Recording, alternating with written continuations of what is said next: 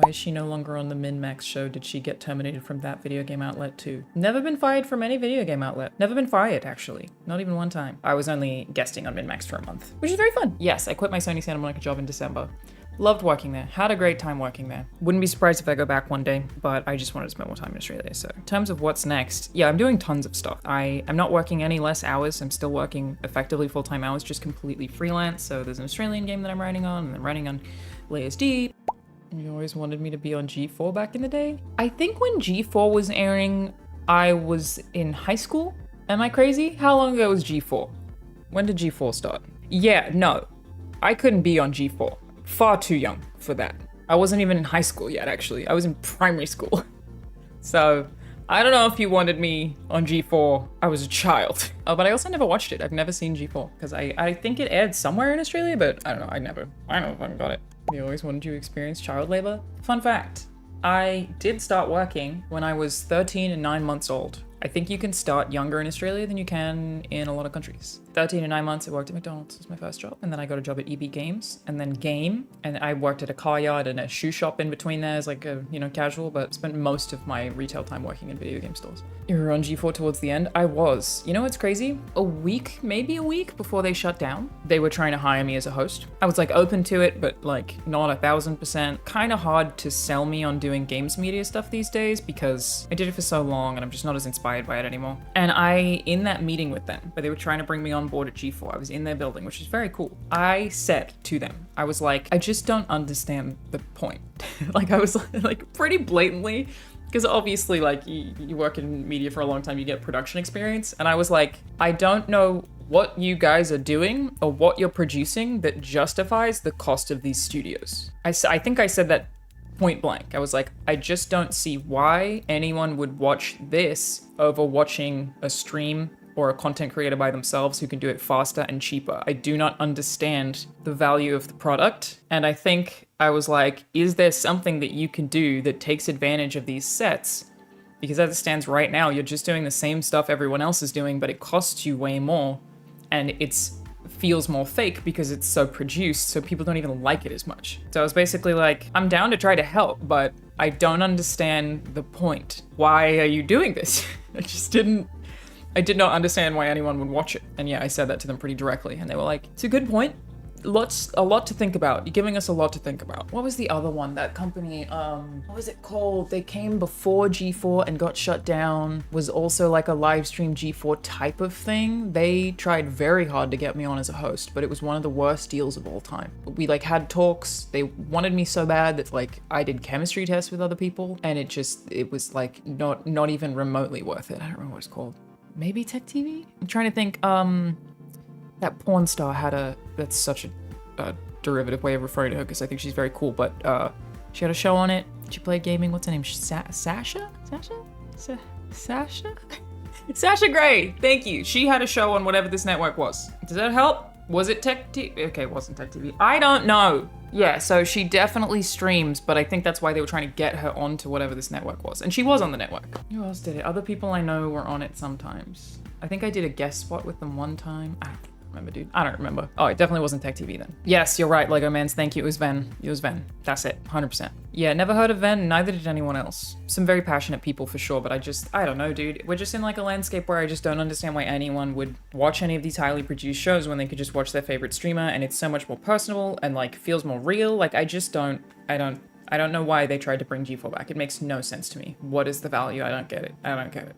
It doesn't make sense. G4 at least had some previous nostalgia to work off of? Yeah, but it's just, I don't know, man. I just didn't get it at all. What the fuck, why?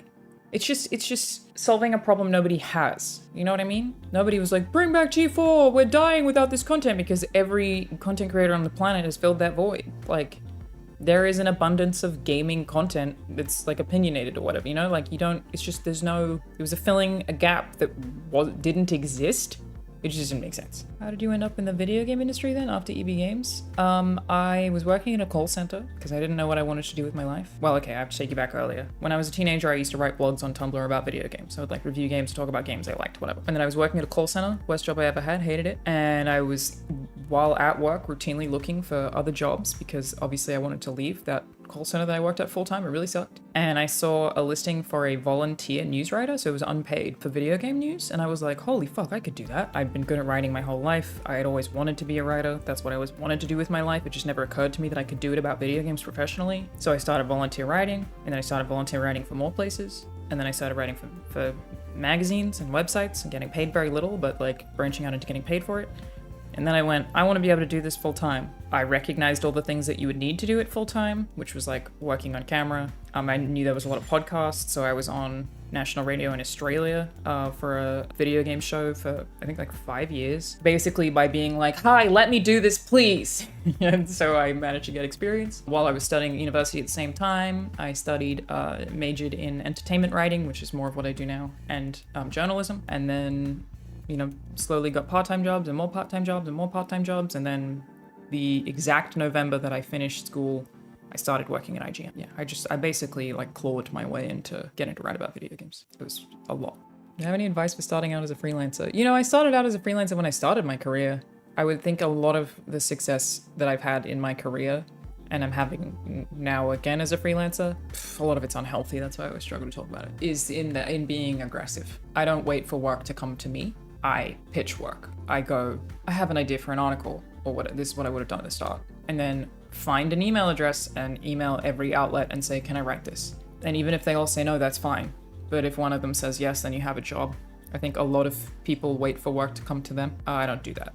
And that has fared very well for me my whole career. Is I go, I have an idea, let me make it. Let me tell someone. Again, even if everyone says no, that's fine, but you may as well ask everybody. You know what I mean? And that very cool thing that I'm doing now that I can't announce is the same thing. Is that when I have an idea, I'm gonna do it. If I don't do it, someone else is gonna do it, so I may as well fucking do it. Yeah, it's kind of just aggressive. But, like I said, there are crunch implications. You can really wear yourself out working that way. It's a lot of hustle, and I don't necessarily encourage that 100% either. You worked with Barrett, right? Yes, I worked with Barrett. I loved working with Barrett. I love all of them. They're all fantastic. Barrett's the only one I worked with, though. The others were all gone before I left, and, really fucked things up for me at IGN. Because they, started their channel while they were still working there. I've said this to them, to be clear. I've said this to Greg's face. So I had a YouTube channel before I joined IGN. I did unboxings mostly, I think, but I also did preview coverage of video games, went to event and played games. The same kind of shit I did at IGN, to be honest.